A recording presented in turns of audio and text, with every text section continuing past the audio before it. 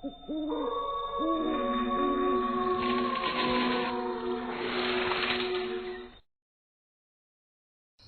अपने चरम पर थी। दिसंबर की रातें पहाड़ियों पर वैसे ही कपकपी ले आती थी, लेकिन इस बार सर्दी में एक अजीब सा डर, एक अनजाना भय भी घुला हुआ था। दूर पहाड़ों के बीच बसा एक छोटा सा कस्बा हिमकुंड, जहां लोग सादगी में जीते थे और खुशी के छोटे छोटे त्योहार मनाते थे।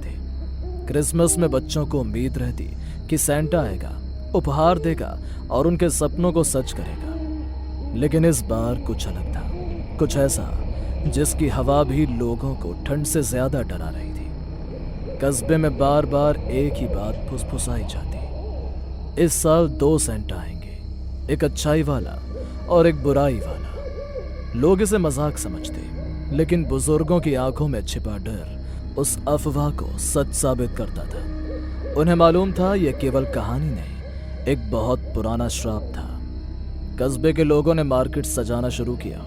दुकानें रंग बिरंगी लाइटों से चमकी, बच्चे लाल टोपी पहनकर घूमते और हर तरफ उत्साह की लहर दिखती।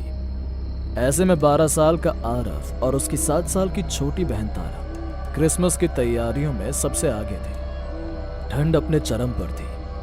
दिसंबर की रातें पहाड़ियों पर वैसे ही कपकपी ले आती थी, लेकिन इस बार सर्दी में एक अजीब सा डर, एक अनजाना भय भी घुला हुआ था। दूर पहाड़ों के बीच बसा एक छोटा सा कस्बा हिमकुंड, जहां लोग सादगी में जीते थे और खुशी के छोटे छोटे त्योहार मनाते थे।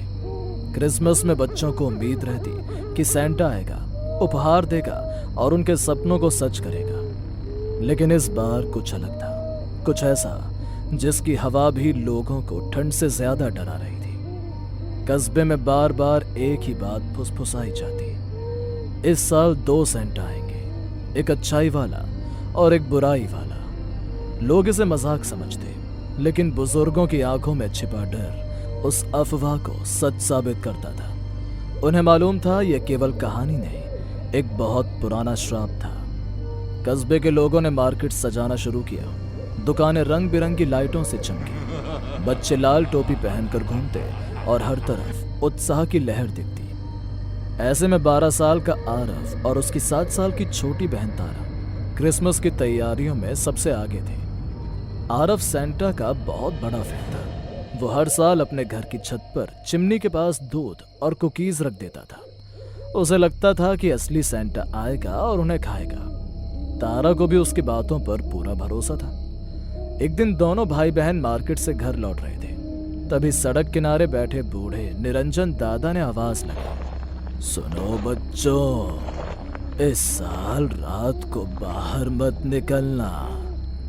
कई बच्चों ने दावा किया कि उन्होंने रात को दूर पहाड़ी पर एक लाल कपड़ों वाला आदमी देखा, पर उसका चेहरा काला और आंखें आग की तरह लाल थी। कस्बे के चर्च के फादर माइकल सबको समझाते, डरिए मत, भगवान सबकी रक्षा करेंगे।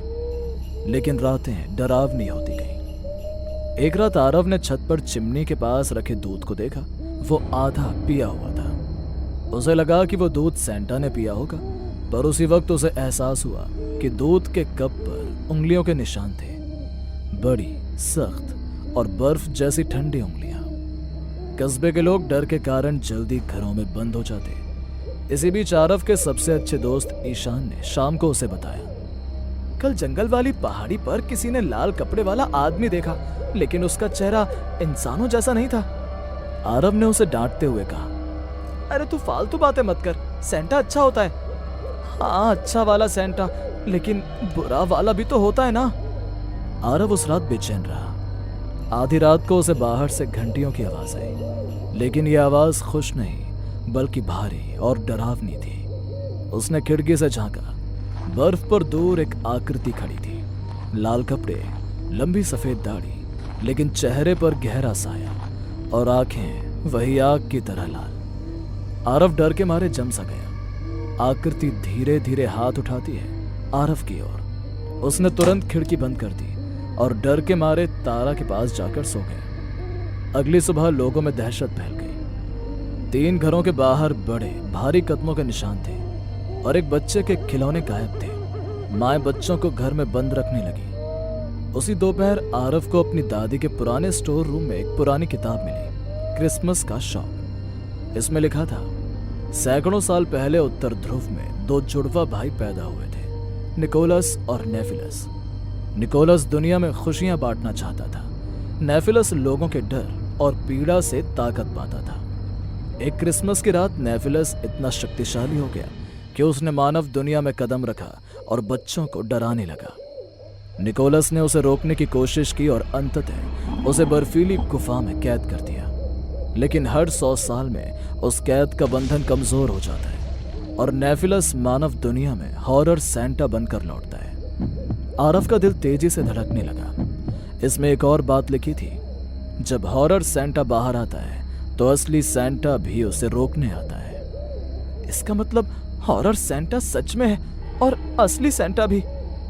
क्रिसमस ईव की रात आ गई। कस्बे में किसी ने उत्सव नहीं मनाया। सब घरों में खिड़कियां बंद, दरवाजे बंद। फादर माइकल प्रार्थना कर रहे थे, लेकिन बाहर भारी बर्फबारी और असामान्य सन्नाटा था। रात करीब 11 बजे बर्फ पर किसी भारी चीज के चलने की आवाज गूंजी। एक पल बाद चर्च की घंटियां खुद ब खुद बज उठी। पुराने लोग समझ गए हॉरर सेंटा निकल चुका है। उसी वक्त आरव ने देखा कि उसकी छोटी बहन तारा गायब है। दरवाजा आधा खुला था और बाहर बर्फ पर छोटे पैरों के निशान दूर जंगल की ओर जा रहे थे। तारा! माँ बाप डर के मारे कुछ नहीं कर पाए। आरव बिना सोचे समझे जैकेट पहनकर बाहर भागा। ठंडी हवा तीर की तरह चुभ रही थी, लेकिन उसे परवाह नहीं थी। वो बर्फ में तारा के निशानों को फॉलो करता हुआ जंगल की तरफ बढ़ा। जंगल बिल्कुल शांत था। पेड़ों पर बर्फ जमी थी और हवा हिलोरे मार रही थी। अचानक दूर से घंटियों की धीमी भारी आवाज सुनाई दी। यही आवाज उसे रातों में सुनाई दी थी। आरव ने एक पहाड़ी के पास तारा को खड़ा देखा, लेकिन उसके पास कोई खड़ा था, लाल कपड़ों में, चेहरा अंधेरे में डूबा हुआ। तारा! आकृति ने धीरे से अपना चेहरा ऊपर उठाया। आग की तरह आंखें, लंबी सफेद दाढ़ी, मुंह पर डरावनी मुस्कान। Horror Santa. वो गहरी आवाज में बोला, छोटी बच्ची बहुत अच्छी है, इसे अपने साथ लेकर जाऊंगा। आरव उसके सामने खड़ा हो गया। तारा को छोड़ दो। हॉरर सैंटा हंसा। उसकी हंसी जंगल में गूंज गई। तुम इंसान मेरे रास्ते में नहीं आ सकते। वो हाथ उठाता ही था कि अचानक आसमान से एक तेज सुनहरी रोशनी गिरी। बर्फ पर एक चमकदार आकृति उभरी, लाल और सफेद कपड़ों में, चमकती आंखों वाला असली सेंटा क्लॉज। असली सेंटा ने कदम आगे बढ़ाया। नेफिलस, इस बार भी तुम नहीं जीतोगे। निकोलस, हर 100 साल में वापस आता हूँ। इस बार ये बच्ची मेरी होगी। आरव ने तारा को पीछे खींच लिया। असली सेंटा ने दोनों बच्चों को अपनी सुरक्षा के पीछे लिया।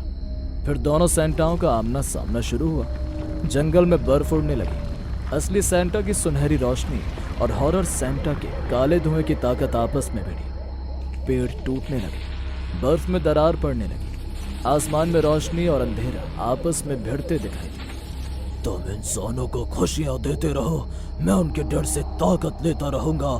डर हमेशा खुशी से ज्यादा होता है। जब तक बच्चे मासूम हैं, तुम कभी नहीं जीत सकते।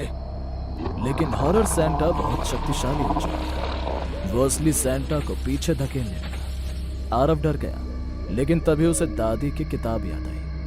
अच्छे बच्चों का दिल हॉरर सैंटा की शक्ति को कमजोर करता है। वो तारा को देखकर बोला, तारा, हमें सैंटा में अपना विश्वास जगाना है, जल्दी करो। दोनों बच्चों ने आंखें बंद की, हाथ जोड़ लिए और जोर से बोले, सैंटा अच्छे हैं, सैंटा हमारी रक्षा करेंगे। उनके विश्वास की चमक सुनहरी किरणों में बदल गई और असली सैंटा की ओर गई। अचानक असली सैंटा की शक्तियां बढ़ गई। उसने हॉरर सैंटा की ओर हाथ बढ़ाया और कहा, तेरा अंत आज होगा। सुनहरी रोशनी ने हॉरर सैंटा को घेर लिया। वो चिल्लाया, तड़पा, लेकिन धीरे धीरे रोशनी में गायब होने लगा। आसमान में एक जोरदार गूंज हुई और फिर सन्नाटा। नेफिलस यानी हॉरर सैंटा दम तोड़ चुका था। जंगल की गहरी खामोशी में असली सैंटा ने बच्चों को सुरक्षित कर लिया था। हॉरर सेंटा प्रकाश में जलता हुआ गायब हो चुका था। असली सेंटा ने आरव और तारा को अपनी गर्म चमकदार चादर में लपेटा और बोला, अब समय है उस सच का सामना करने का जिसे सदियों से छिपाया गया था। दोनों बच्चे ध्यान से उसकी ओर देखने लगे। सेंटा ने कहना शुरू किया, हॉरर सेंटा यानी नेफिलस केवल मेरा भाई नहीं था, वो एक इंसान भी था जिसे दुनिया ने धोखा दिया था। उसकी अच्छाई बर्फ में खो गई और वो अंधेरे में बदल गया। सदियों पहले जब उसने बच्चों को अपने डर से कैद करना शुरू किया, तब मुझे उसे रोकना पड़ा। तब से वो मेरे ही भीतर एक परछाई की तरह कैद था। आरव हैरान था, मतलब हॉरर सेंटा आप ही का हिस्सा था? हाँ, जब इंसानों के दिलों में डर और नफरत बढ़ती है, वो हिस्सा जाग जाता है। पिछले 100 सालों में लोगों के दिलों में इतना डर भरा कि वो फिर मुक्त होने लगा। तो क्या वो वापस आ सकता है? नहीं, क्योंकि तुम दोनों ने जो किया उसने उसे पूरी तरह खत्म कर दिया है। डर तभी पैदा होता है जब उसे जगह मिलती है, लेकिन तुम्हारे विश्वास और हिम्मत ने मेरी परछाई को मिटा दिया। अचानक हवा में एक तेज सफेद रोशनी फैली। बर्फ जमीन से उठकर घूमने लगी। दूर पहाड़ की चोटी पर एक चमकदार आकृति उभरी, वही काला धुआं जो नेफिलस बनता था, लेकिन इस बार वो कमजोर था, बिखरा हुआ, टूटता हुआ। सेंटा ने हाथ उठाया और बोला, नेफिलस, अब तू हमेशा के लिए मुक्त होगा, लेकिन अंधेरे में नहीं, प्रकाश में। रोशनी तेज हुई और काले धुएं ने पहली बार चीखने की जगह शांति की एक लंबी सांस ली। धीरे धीरे वो सफेद किरणों में बदल गया और हवाओं में घुलकर गायब हो गया। अब वो हमेशा के लिए खत्म हो चुका है। अब कोई हॉरर सेंटा नहीं बचेगा। सेंटा बच्चों को अपनी स्लेज के पास ले गया। वो आसमान में उड़ने से पहले रुका, मुस्कुराया और कहा, जब भी दुनिया में विश्वास और प्यार होगा, मैं हमेशा लौटूंगा। और फिर वो सुनहरी चमक के साथ आकाश में गायब हो गया। आरव और तारा बर्फ पर खड़े रहे। हॉरर सेंटा इस बार सचमुच खत्म हो चुका था। उसके अंधेरे का अंत हो चुका था और क्रिसमस सच में नया जन्म ले चुका था। हमें पूरा यकीन है दोस्तों कि आप लोगों को ये कहानी जरूर पसंद आई होगी। अगर आपके साथ भी कुछ ऐसे अनकहे किस्से हो चुके हैं तो प्लीज हमारे साथ शेयर करें। हम जरूर अपने चैनल पर उनको दिखाएंगे। हमारी ईमेल आईडी नीचे डिस्क्रिप्शन बॉक्स में दी गई है, तो प्लीज हमारे वीडियो और चैनल को शेयर एंड सब्सक्राइब करें और बने रहे हमारे साथ ऐसे ही अनकहे किस्से और कहानियां सुनने के लिए।